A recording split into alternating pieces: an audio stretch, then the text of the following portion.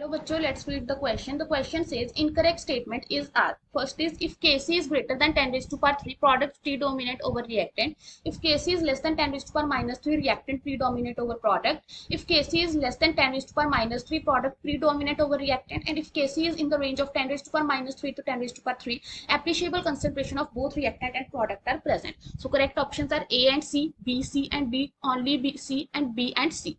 So इस question में हमें क्या है, इक्विलिब्रियम कांस्टेंट के बारे में कुछ स्टेटमेंट्स हमें प्रोवाइडेड है. हमें बताना है कि इन चारों स्टेटमेंट में से कौन सी स्टेटमेंट इनकरेक्ट है हमारे पास. तो सबसे पहले इसके लिए हमें की कंसेप्ट देख लेते हैं. सॉरी,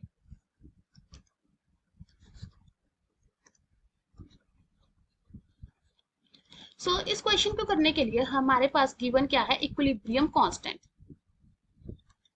सो हमें इक्विलिब्रियम कांस्टेंट पता होना चाहिए क्या होता है. सपोज कर लो हमारे पास कोई भी एक रिएक्शन है एट इक्विलिब्रियम.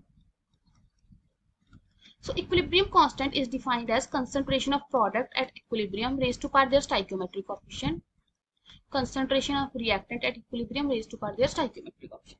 अब हमारे पास क्या होता है कि जो हमारी equilibrium constant है, it tell us about the extent of reaction. ये हमें जो रिएक्शन है उसके एक्सटेंट के बारे में बताती है. कैसे कि अगर हमारे पास, हम इस तरह से एक डायग्राम बनाते हैं.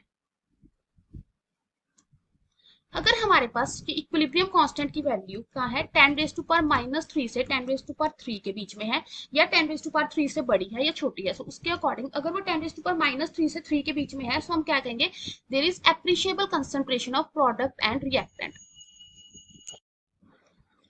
Concentration of product and reactant. अगर हमारी इक्विलिब्रियम कांस्टेंट की वैल्यू Kc से 10 रेज़ टू पावर 3 से ज्यादा है, सो उस केस में हम क्या कहेंगे, reaction proceeds nearly to completion.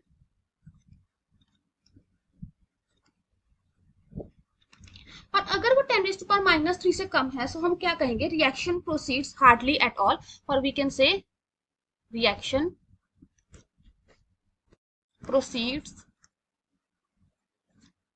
Hardly at all. So इसका मतलब क्या है कि अगर हमारे 10 रेज़ टू पावर 3 से Kc की वैल्यू ज्यादा होगी, सो उस केस में प्रोडक्ट क्या करेगा, प्रीडोमिनेट करेगा. सो हमारी करेक्ट फर्स्ट स्टेटमेंट क्या कह रही है, Kc is greater than 10 raise to power 3, product predominate है. उस केस में हमारी रिएक्शन प्रोसीड हो रही है, means product will predominate. If Kc is less than 10 raise to power minus 3, reactant predominate करेगा. सही है, उस टाइम पे हमारे पास प्रोडक्ट बना नहीं होगा इतना. Option C is if Kc is less than 10 raise to power minus 3, product predominate. ये हमारी स्टेटमेंट गलत है. लास्ट है option D is if Kc is in range 10 raised to power minus 3 to 3, appreciable concentration of both reactant is present. वो हाँ सही है. सो हमारे पास इनकरेक्ट स्टेटमेंट पूछा थे, वो कौन सी आ गई, only C. Hope you find the answer. Best of luck.